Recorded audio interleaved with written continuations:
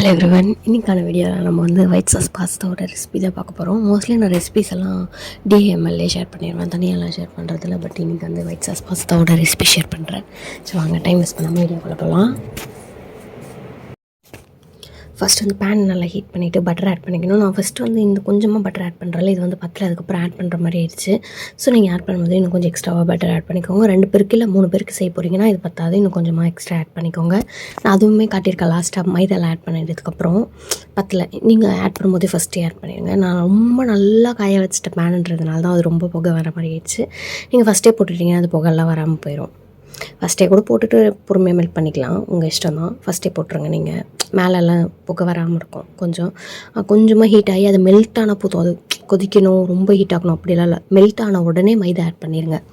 Maida 2 to 3 spoons add பண்ணிக்கோங்க. ஒருத்தருக்கு 1 spoon 1.5 spoon maximum அப்படி போட்டால் சரியாக போயிடுது. நான் அப்படி தான் போட்டுட்ருக்கேன். கரெக்டான எக்ஸாக்ட் ரெசிபீஸ் எல்லாம் எனக்கு தெரியல. நான் என்ன பண்ணேன், எப்படி பண்ணணும் அதை உங்களுக்கு ஷேர் பண்ணுறேன். அது நல்லா தான் இருந்தது. நீங்களும் வேணால் அதை அப்படி இப்போ ஃபாலோ பண்ணிக்கோங்க அப்படிங்கிறதுக்காக ஷேர் பண்ணுறேன். பாருங்கள், ஆல்ரெடி நான் சொன்னல பட்டர் வந்து இது பத்தலை, நான் இன்னும் கொஞ்சம் எக்ஸ்ட்ராவாக ஆட் பண்ணினேன். நீங்கள் ஃபஸ்ட்டு ஆட் பண்ணும்போது கொஞ்சம் எக்ஸ்ட்ராவாக ஆட் பண்ணிக்கோங்க. இந்த ஃபஸ்ட் டைம் நான் ஒயிட் சாஸ் பாஸ்தா பண்ணுறேன் அப்படிங்கிறதுனால எனக்கு பெருசாக தெரியல. பட் இது சூப்பராக வந்தது. இந்த ரெசிபி அப்படி டிட்டோ எதுவுமே சேஞ்ச் பண்ணாமல் அப்படி பண்ணிங்கன்னா செம்மையாக வரும். ஃபஸ்ட் டைம்ங்கிறதுனால சில எரர்ஸ் எல்லாம் இருந்தது. அதெல்லாம் என்னென்ன அப்படின்னு நான் உங்களுக்கு சொல்கிறேன். ஸோ தட் நீங்கள் ஃபஸ்ட் டைம் பண்ணும்போது அந்த எரரெல்லாம் இல்லாமல் பர்ஃபெக்டாக பண்ண முடியும் அப்படிங்கிறதுக்காக தான் அது எல்லாத்தையுமே ஒவ்வொன்றா பொறுமையாக மென்ஷன் பண்ணிகிட்ருக்கேன். நான் பட்டர் கொஞ்சம் கம்மியாக போட்டுட்டு இருந்தேன், அது மட்டும் எக்ஸ்ட்ரா ஆட் பண்ணிக்கோங்க. மற்றதெல்லாம் ஓகே தான். மற்றபடி இதை நல்லா கிண்டிகிட்டே இருக்கணும். அப்புறம் பால் 2 to 3 கப்ஸ் ஆட் பண்ணிக்கோங்க. ஒருத்தருக்கு 1 கப், 2 பேருக்குனா 2 கப்பு, ஒரு எக்ஸ்ட்ரா கப் ஆட் பண்ணிங்கன்னா நல்லாயிருக்கும். நான் வந்து 2 கப்ஸ் அப்படி தான் ஆட் பண்ணியிருந்தேன். ஏன்னா எனக்கு லாஸ்ட்டாக வந்து பத்தவே இல்லை, கொஞ்சமாக தண்ணி ஆட் பண்ணுற மாதிரி ஆயிடுச்சு. ஏன்னா எங்களோட பால் வந்து ரொம்ப திக்காக இருந்தது. ரொம்ப திக்கு பால் இருக்கும்ல, அது உங்களுக்கு பாலே கொஞ்சம் தண்ணியாக தான் இருக்குது. அப்படிங்கும் போது நீங்கள் 3 கப்ஸ் மில்க் கூட ஆட் பண்ணிக்கலாம், உங்கள் இஷ்டம் தான். எனக்கு ரொம்ப திக்காக இருந்ததுனால நான் கொஞ்சம் தண்ணி ஆட் பண்ணிக்கிட்டேன்.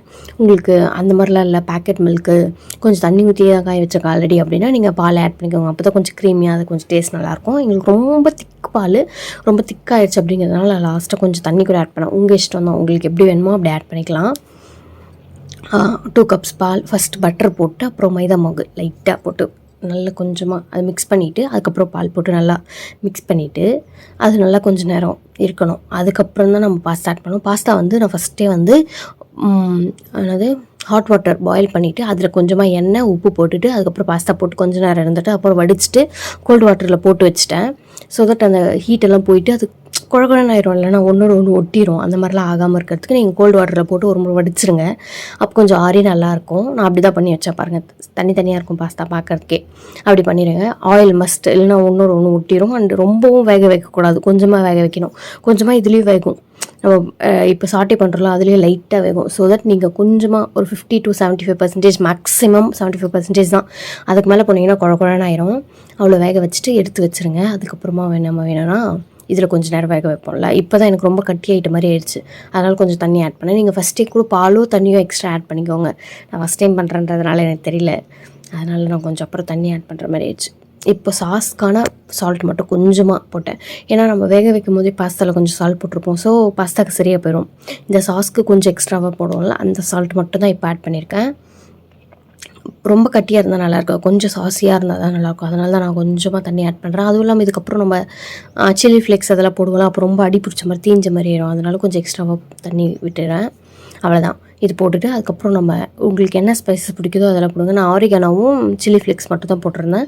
உங்களுக்கு வேறு ஏதாச்சும் ஆட் பண்ணணும் அப்படின்னாலும் ஆட் பண்ணிக்கோங்க. இது வந்து ஒயிட் சாஸ் பாஸ்தான்றதுனால நான் அதில் வெஜ்ஜஸ் எதுவுமே ஆட் பண்ணல. நீங்கள் வேணால் கார்ன், அப்புறம் இது என்ன கேப்சிகம் அதெல்லாம் கூட ஆட் பண்ணிக்கோங்க. நான் எதுவுமே போடல, சும்மா இது மட்டும் போட்டுறேன். இதுவே சூப்பராக இருந்தது. சில்லி ஃப்ளேக்ஸ் போட்டுட்டு அதுக்கப்புறம் ஆரிகானோ போட்டுறேன். எல்லாமே கொஞ்சம் கொஞ்சம் போட்டால் போதும். உங்களுக்கு ஸ்பைஸ் அதிகமாக வேணும் அப்படின்னு நினச்சிங்கன்னா சில்லி ஃப்ளேக்ஸ் எனக்கு கொஞ்சம் கூட எக்ஸ்ட்ரா ஆட் பண்ணிக்கலாம். அவ்வளோதான். இது போட்டு முடிச்சுட்டு அதுக்கப்புறம் சீஸ் போட்டுருங்க.